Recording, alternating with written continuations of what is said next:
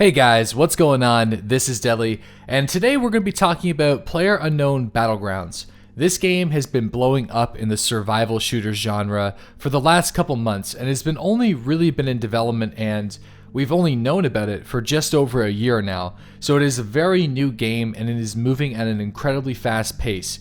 It is in closed beta right now and will become open beta March 23rd, and they actually already sold out of all of their pre-order beta keys for the closed weekends. So if you aren't actually able to get a key, don't worry, you will get your hands on the game fairly soon.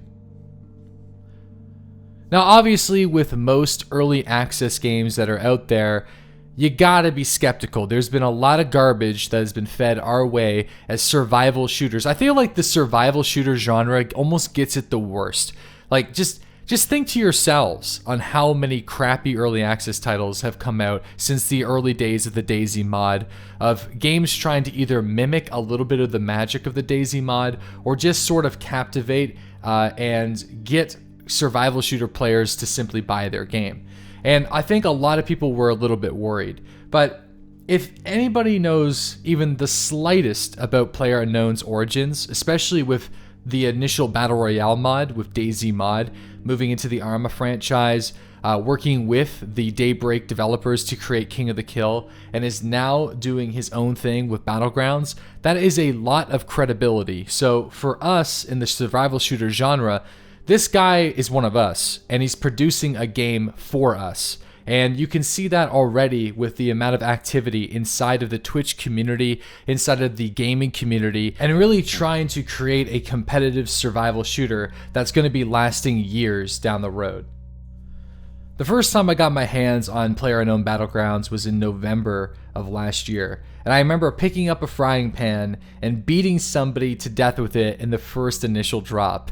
And I was amazed. I mean, that's a fucking hilarious moment, if you ask me. There's not a whole lot of video games where you can beat somebody with a skillet in a competitive match when there's weapons everywhere. So that, I think, was the first moment that I was like, oh shit, this is gonna be fun. I'm gonna be able to have a lot of cool moments like this in the future. And when I can see a game where I can have some cool moments, it gets me excited because I want to produce content for it. I want to stream it and stuff. So that was one of the first things, that was one of the first wow moments for me. And then obviously the gunplay, how it's evolved so fast since November to now, and how the animation system and the inertia from even November to now has changed so drastically for the better, that I just have so much confidence in these guys. The pace in which they are moving is almost kind of unprecedented. It freaks me out. 3 weeks ago, they had some issues with the parachutes. They completely redone the entire parachute system, and it works flawlessly now with smooth animations. It's crazy. I mean, there's simple things, but I mean, you'd be surprised on how long it takes even the simplest of tasks to be fixed in certain development teams. Now, one of the most important things about survival shooters is the gunplay. How are you able to keep yourself alive and defeat your enemy? And as long as you're not working against the game itself, you should have a good time. Now, the gunplay, I'm going to try to give it, like, it's always really, like, you see it all the time on Reddit and stuff, right? Everyone always compares, like, this game and this game. But, you know, so bear with me here. Like, it is a very unique way of playing, but it's more similar to the Arma 3 and DayZ. It's more similar to DayZ Standalone, in my opinion, than it is Arma 3, the way the gunplay works. Just picture DayZ Standalone without desync. And, I mean, need I say more? It is actually that good. It's fun. It's great. I think it's a little bit more arcadey than the pure Arma 3 experience. So it's toning it down quite significantly. But you have bullet drop, you have zeroing, you have equipment for longer ranged encounters. It's important to be tactical. I think tactical is going to be almost more important than pure momentum and speed. So comparing that to like King of the Kill, where it's all about speed and momentum. You're in the car, you got the shotgun, you jump out, you do like the flying shots through the air, you got those cool action shots, and you also have different firing strategies with like the AR-15 and stuff like that in King of the Kill. That stuff, it's not really going to be happening in Battlegrounds. Mind you, there will definitely be some competitive meta that most of us will follow, I'm sure, in the years to come, but none of that is really present, at least initially anyway. So that's a good thing. So think DayZ standalone with a few hints of H1Z1 King of the Kill, but not too much. Now, with all of these Battlegrounds-esque games, pacing is really important to making sure that the game feels fun, because you don't want to be sitting in a match too long and everyone's just hiding. And I do think Battlegrounds does a really good job with pacing. It is definitely not as slow as Arma 3, but it's not as quick. Actually, you know what? I might redact that. I think it actually might be a little bit quicker than King of the Kill. King of the Kill definitely ramps up near the end, and I think King of the Kill feels faster paced because of the vehicle action. But I believe, in my opinion, from what I've seen, I've watched a lot of King of the Kill, I played it, Battlegrounds does feel faster at the end. But I think the overall game is a little bit longer because you're not going to be getting as many vehicles, and I feel like there's more ground that you have to travel as well in Battlegrounds.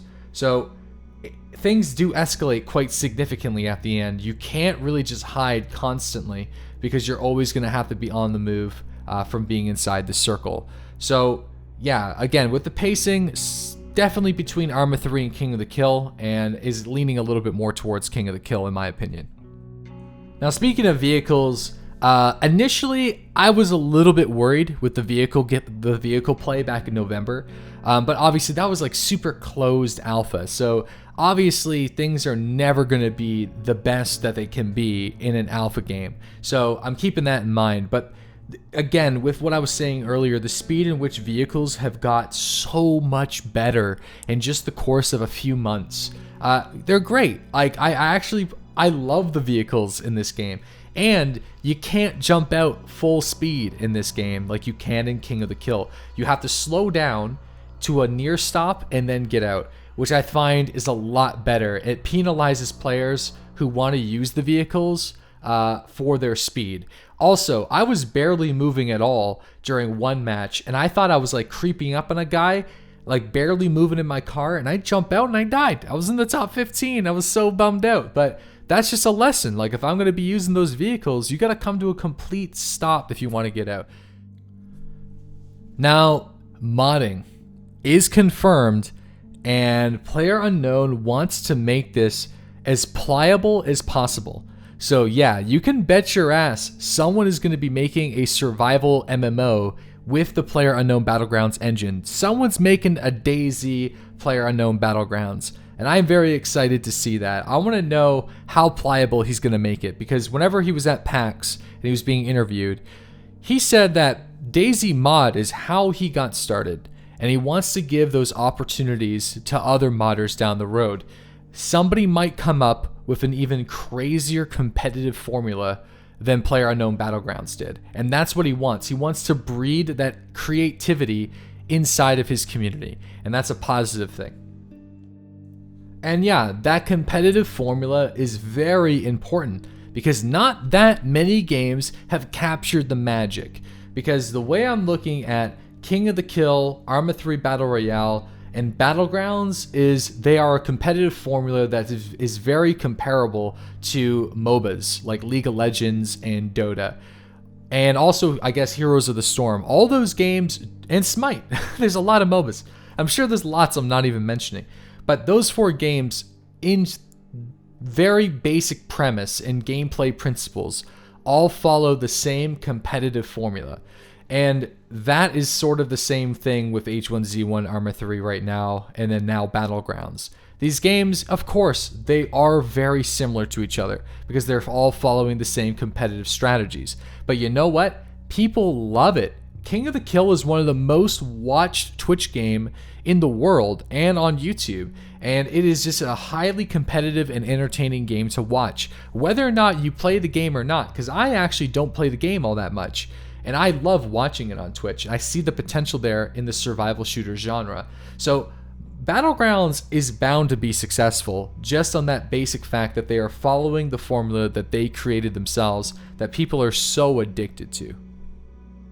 Well guys, I think I rambled on enough. What do you think of What do you think of PlayerUnknown Battlegrounds? Let me know what you think in the comment section below. Be sure to subscribe for more Battlegrounds videos. I'll be making a playlist of all my content there, so definitely go and watch that if you want to see some wins and some fun gameplay.